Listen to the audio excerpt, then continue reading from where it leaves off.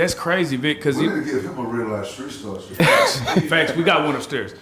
So check this out, Vic. One of the things I gotta ask you because you made like the blogs.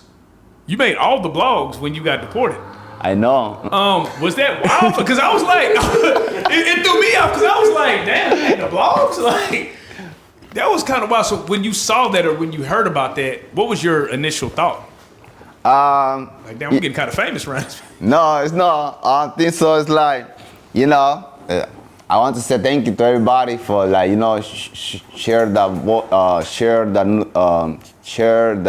situation, whatever I went through. You know, I want to say thank you. But I wish like people can have that same energy when my father used to be in jail. You know, everybody went quiet. You know, so yeah. Yeah.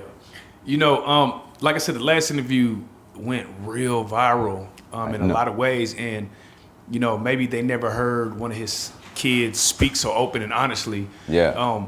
When you start seeing the feedback from that interview, what were you thinking? You know what I mean? Because again, I didn't realize he had a son.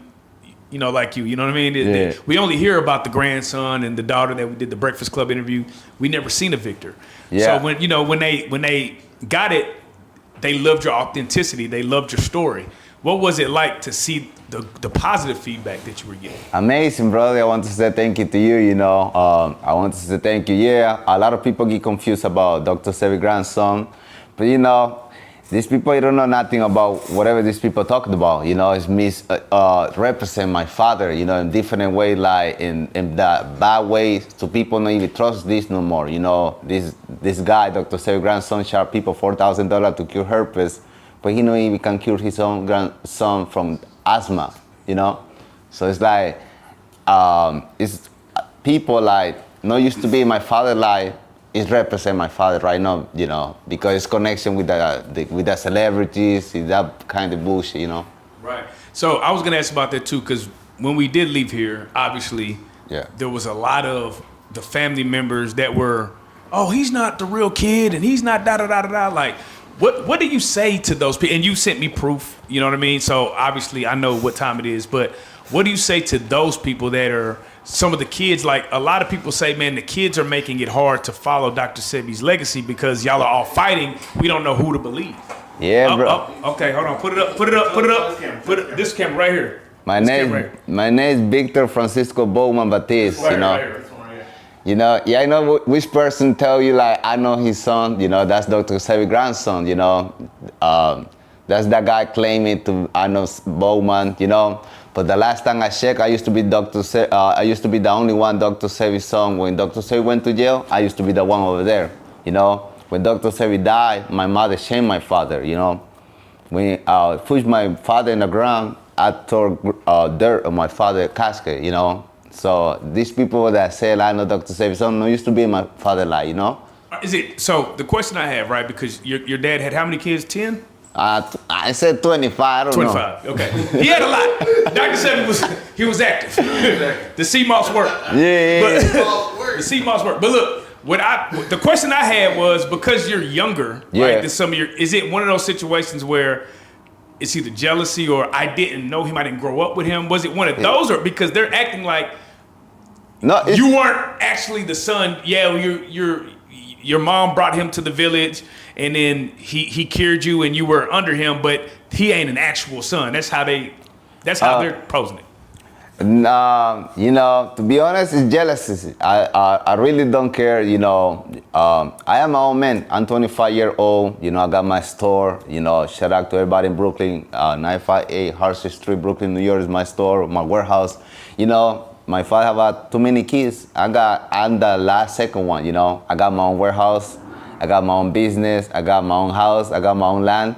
Yeah, I know being in the Bedford Club, try to use my father's name to make money, you know. People know me because I go to Brooklyn to share free air to the community. That's how people know me, you know. It's not in here try to sell a drink to people, you know. So that's why jealousy, because I'm more connected with the community, you know. Yeah. So, and you going viral, right? Now, what happens is, right, when it goes to going viral, people go with who they like. Yeah. And they liked you.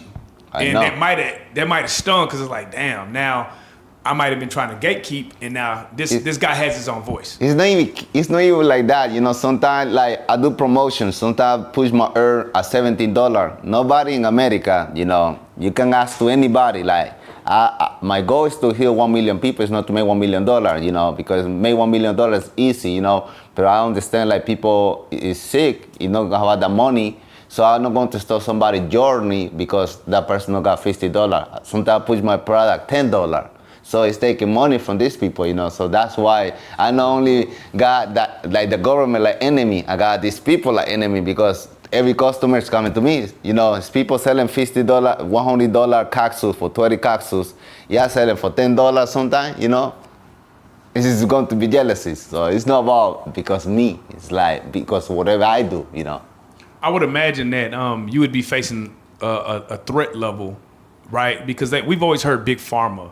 You know, they're not in the business of curing people. They're in the business of keeping people on medicine, right? And you're actually trying to cure people. So have you ever been met with resistance from a big pharma or some level of medical community that's trying to shut you down? I really not focus on that. Maybe, you know, but whatever made me feel sad is my own people try to go against me, you know. That's what it made me feel. That's what it's hurt me more, you know. I don't care about the white man. Right. The white man can kill me.